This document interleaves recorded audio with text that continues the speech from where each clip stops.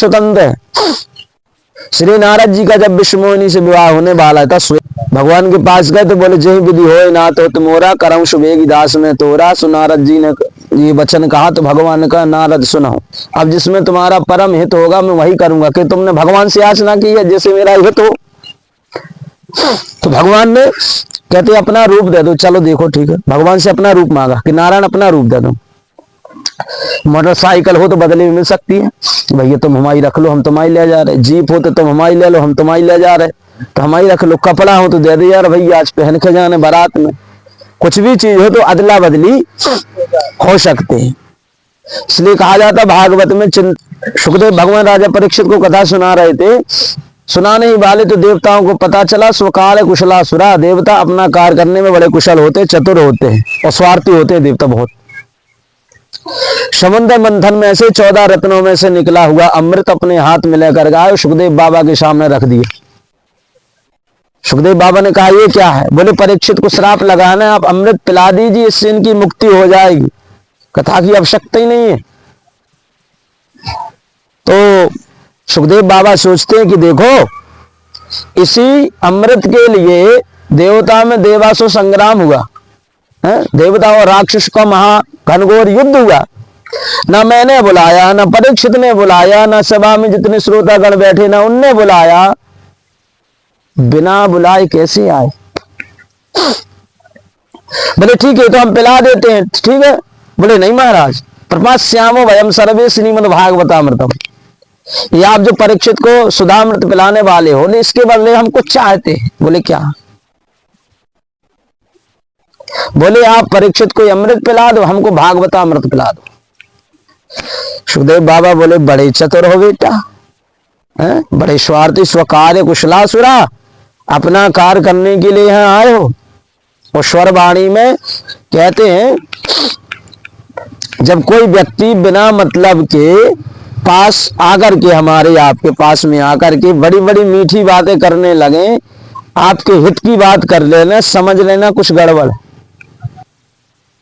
इसको आप जानते नहीं, जिसको पहचानते हैं, जो वर्षों तक आपका दुश्मन बना रहा, वो एकदम से आकर के आपसे कहे कि नहीं भैया ऐसा ऐसा करो, फलानी जगह चलो, ये वो, तो फिर समझ जाना चाहिए कि भाई इसमें बड़ा खतरनाक कार्य है।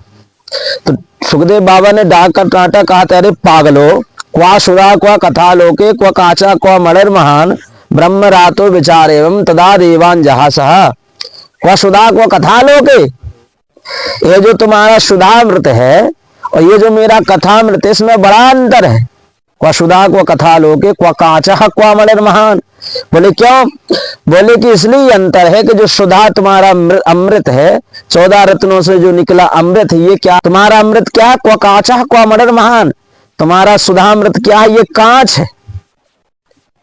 क्वा काचा क्वा मणिर महान, ये जो मेरा भागवता अमृत है ये मणियों के समान है। तो कांच का टुकड़ा दे करके तुम मणि लेना चाहते हो? हम पागल बैठे हैं क्या? है भगो यहाँ से। ब्रह्म रातो विचारे तदा देवान जहासा, ब्रह्मवीत रागी संत सुखदेव भगवान ने वो अमृत नहीं पिलाया। क्यों नहीं पिलाया? सुधामृत और कथामृत में बहुत अंतर है, बहुत पावर है। जो सुधामृत है, सुधामृत यानी जो देवताओं के पास होता है, ये क्या होता है? जब कोई पुण्यात्मा बड़े बड़े पुण्य यज्ञ धर्म करके जाता है तो वो देवताओं के पास जाता है, देवलोक में जाता है। देवलोक वहां पर जाने के बाद एक माला ऐसी गले में डाल देते हैं और एक बूंद चटा देते हैं दवाई के रूप में, तो वो अमर हो जाता है। कब तक रहता है? उसके गले में डली हुई माला जब तक सूख नहीं जाती, जब सूखने लगे समझ लेना इसका पुण्य खत्म हो गया। जब तक पुण्य का पैसा रहेगा जब तक स्वर्ग में रहोगे, और जैसे ही पैसा खत्म वैसे ही फिर से गिरा दिए जाओगे।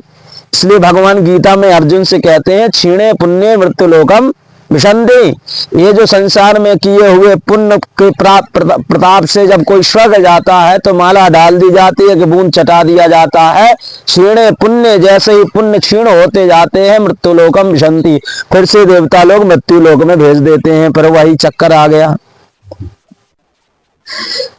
कहीं कांच लेकर के जाओ किसी जोहारे के पास, किसी सोनी के पास जो सोना चांदी का काम करता है, और कहा ले भैया कांच रख ले, मड़ी दे दे, तो दे दे का ना दे।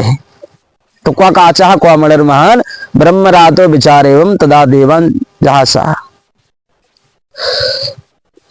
देवताओं का सुधामृत अमृत पुण्यों को क्षीण करता है और भगवान की कथामृत पुण्य प्राप्ति कराने के बाद मोक्ष प्रदान करती, तो आवागमन का सिस्टम बंद।